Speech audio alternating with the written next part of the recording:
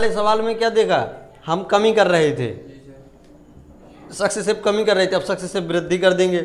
आपने चक्रवृद्धि ब्याज के सवाल लगाए होंगे अपने समय में कक्षा 8वीं 10वीं में, तो ए बराबर पी 1 + r/100⁴ इस टाइप का सूत्र लगाया होगा, तो उससे भी लग जाता है। लेकिन सूत्र पे हम बिल्कुल नहीं जाएंगे, सूत्र के साथ बिल्कुल नहीं जाएंगे। देखो हमें कैसे करना है, वही दो तरीके हम अपनाएंगे। पहले रेशियो मेथड देखेंगे, तो फर्स्ट सेकेंड थर्ड, 3 मतलब कि आपको क्या है, समय दिया गया है 3 साल। तो पहले साल 20% बढ़ता है, मतलब कि 5 से 6 होती है, 5 से 20% मतलब बढ़ना, मतलब 6/5 हो जाना, 6/5 का मल्टीप्लाइंग फैक्टर आ जाना, ठीक है। 20% बढ़ना, तो 5 से 6, फिर भी 5 से 6 हो रही, और फिर भी 5 से 6 हो रही, मतलब तीसरे साल में भी 6।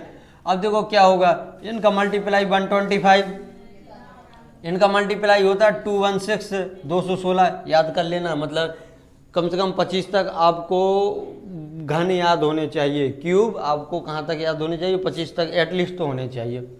तो देखो फिर उसके बाद हम कई विधि निकालने का तरीका होता है, उस पर हम चर्चा करेंगे, बाद में करेंगे। तो देखो 125 216 ये था। अब उसने क्या बोला है कि वर्तमान जनसंख्या कितनी दी है, 10,000। मतलब कि ये वर्तमान वाला हिस्सा है, और ये 3 साल वाले हिस्से की बात हो रही, ये 3 साल बाद इतनी हो जाने वाली।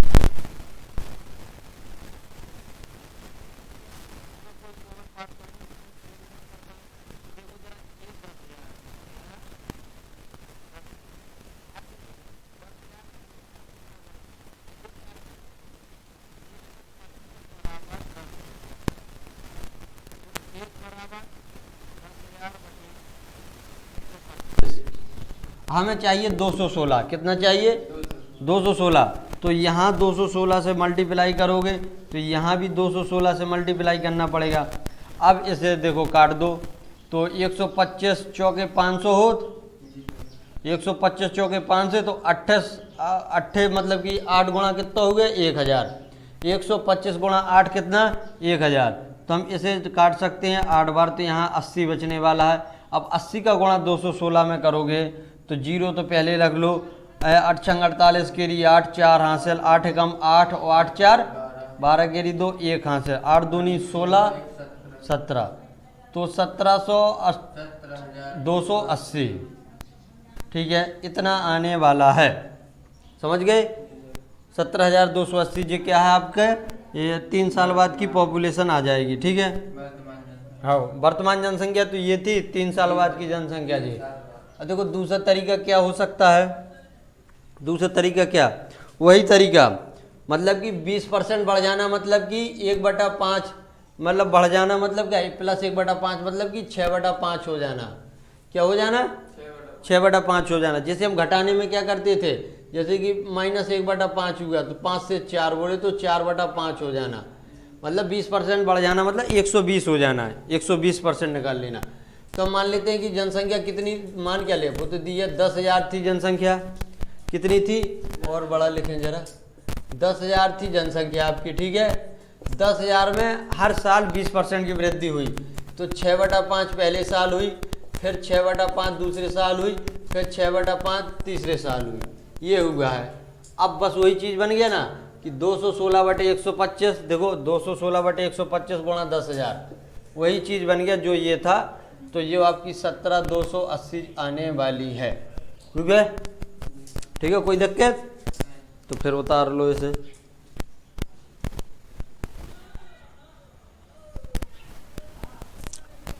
हमने हर टाइप के क्वेश्चन इसमें देख लिए हैं, अब हम प्रैक्टिस की ओर बढ़ेंगे।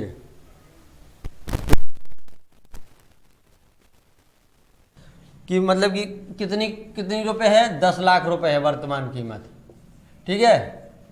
कितना, सैकड़ा, हजार, 10 लाख, इतनी रुपए है, 10 लाख रुपए कीमत है। तो जो सक्सेसिव कितना कमी हो रहा है, पहले 25%, 20%, फिर 15%। 25% की कमी होना मतलब कि 75% रह जाना, 3/4 रह जाना, और फिर 20% की कमी हो रही, 20% की कमी मतलब 80% रह जाना, तो बोले तो 4/5। फिर कमी कितने की हो रही, 15% की, 15% होता है आपका 3/20। कितना? 3/20। 3/20 में से 3 घटाओगे तो 17/20 बचने वाला है। कितना? 17/20 बचने वाला, और यही आपका उत्तर आ जाएगा। ठीक है, यही आपका उत्तर आ जाएगा। चलो जरा काटा पीटी मचाएं इसके साथ। 4 से तो 4 उड़ा दो, 1 0 से 1 0 उड़ा दो, 5 दूना 10 मिलके 1 0 बना देंगे, तो आपके पास 17 3 51, बोले तो 10,000 गुणा 51। कितना? 10,000। हाँ तो सॉरी 10,000, हाँ 10,000 गुणा 51 ये आने वाला है, तो 5140। ठीक है, इतनी कीमत आपकी बचेगी 5,10,000। ठीक है, देख लो, कोई दिक्कत? ठीक है जी। चलो देखो, इनको करने का थोड़ा अलग तरीका है, इन्हें हम करेंगे वेन डायग्राम से। कैसे करेंगे? वेन डायग्राम से करेंगे। तो देखो 70% हिस्ट्री है, जियोग्राफी है। History, geography. हिस्ट्री में पास होते हैं 70%, और जियोग्राफी में कितने? 50%, और फेल होते हैं जो वो दोनों में, फेल बोथ 20%, और पास बोथ, ये परसेंटेज लगाओ जरा, पास बोथ कितने हैं? 500 विद्यार्थी। देखो इस टाइप के क्वेश्चन को हम कैसे करेंगे? करेंगे आपका वेन डायग्राम से। आपने देखा कभी वेन डायग्राम वाले क्वेश्चन? देखो हम क्या करते हैं, वेन डायग्राम बनाते हैं, ऐसे गोला बना लेते हैं, ये हिस्ट्री का हो गया और ये जियोग्राफी का हो गया जी। हमने मान लिया है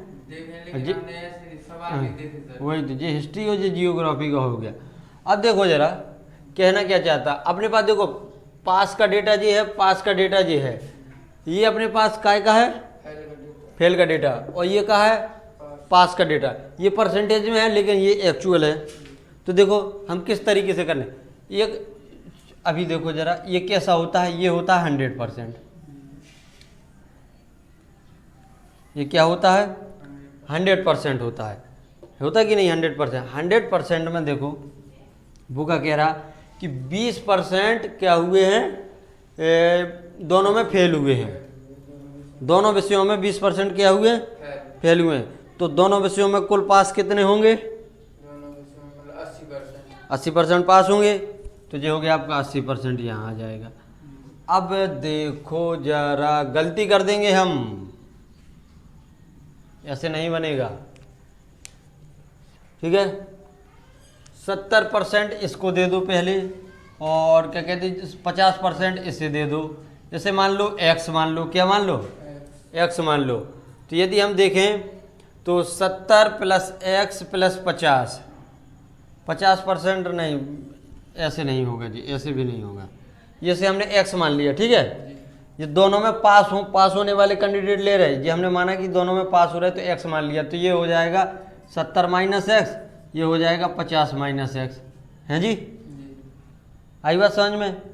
या तो हम फेल के साथ जाएं, ठीक है, लेकिन वो डेटा आपको गिवन नहीं है। चलो इसी तरीके से करते हैं। तो कुछ ये तो सब पास का है, ये क्या है? पास का। और फेल वाले कितने रह गए आपके पास? 20%। फेल वाले कितने हैं? 20%। तो पास प्लस फेल बराबर 100% आ जाएगा। पास प्लस ये पास ये कितना है? 70 - x + x + 50 - x + 20 बराबर 100%। ये आ गया है जी। अब देखो क्या कर सकते हैं, प्लस x से -x एक बार कट जाएगा।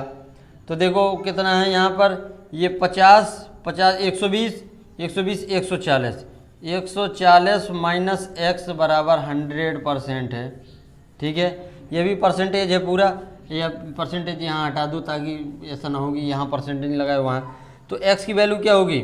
x को उस तरफ ले जाओ और 100 को इस तरफ लाओ, तो ये आएगा 40। x बराबर कितना आ जाएगा? 40। नहीं आई बात समझ में? x को इस तरफ 100 को इस तरफ, तो x बराबर 40।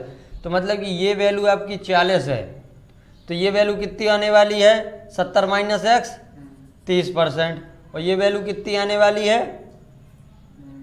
10%। अब जिसमें वो कह रहा है 40% की वैल्यू 500 दी है, 40% की वैल्यू कितनी दी है? 500 दी है, जो पास होने वाले हैं। तो फिर 100% बनाने के लिए क्या कर सकते हैं इसमें? चलो कुछ नहीं कर सकते, 0 से 0 काटो, ठीक है, 0 से 0 काट दिए। अब 25 का गुणा कर दो तो यहाँ 100 हो जाएगा, ये बराबर 25 पंचे 125 0। तो कुल मिला के अपने पास 1250 स्टूडेंट थे जिन्होंने परीक्षा दी है, ठीक है। नहीं, इसमें तो ऑप्शन नहीं आ रहा है यार, ये तो एक ऑप्शन है इसमें, none of the above, none of the above, ये आपका ऑप्शन होना चाहिए, ठीक है, क्योंकि हमने कहीं गलती तो की नहीं है। 1250 ही आने वाले हैं। देखो जरा हमें इसका उत्तर देख लें।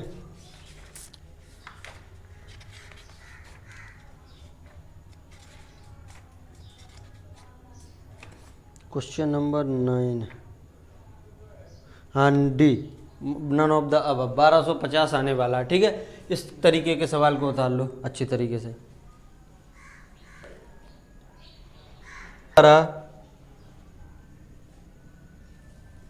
तो विद्यार्थी द्वारा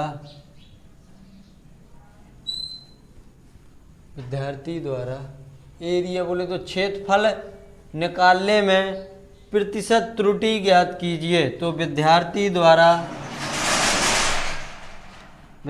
द्वारा एरिया निकालने में की गई प्रतिशत त्रुटि ज्ञात कीजिए। देखो जरा क्या कह रहा है वो, इस सवाल को ध्यान समझने की कोशिश करना।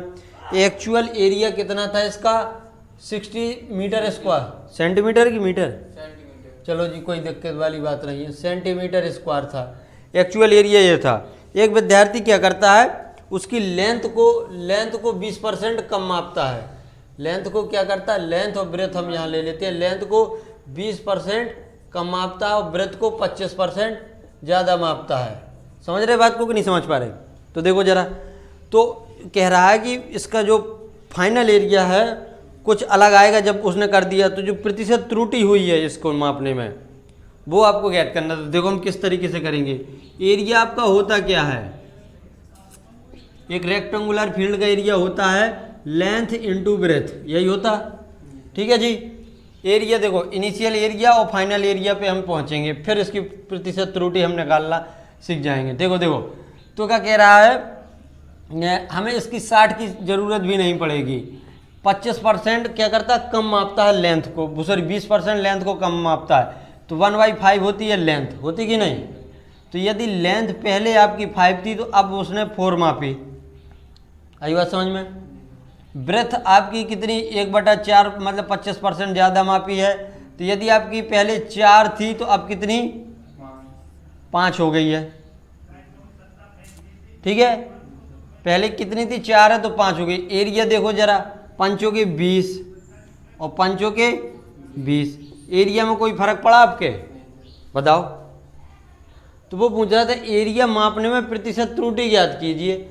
हम यदि लंबाई और चौड़ाई की प्रतिशत त्रुटि निकालते तो वो तो उसने दी है, लेकिन एरिया की पूछ रहा। जब एरिया में कुछ परिवर्तन ही नहीं हुआ, और हमने आपको इस टाइप के सवाल AB रूल से भी कराए थे कि नहीं।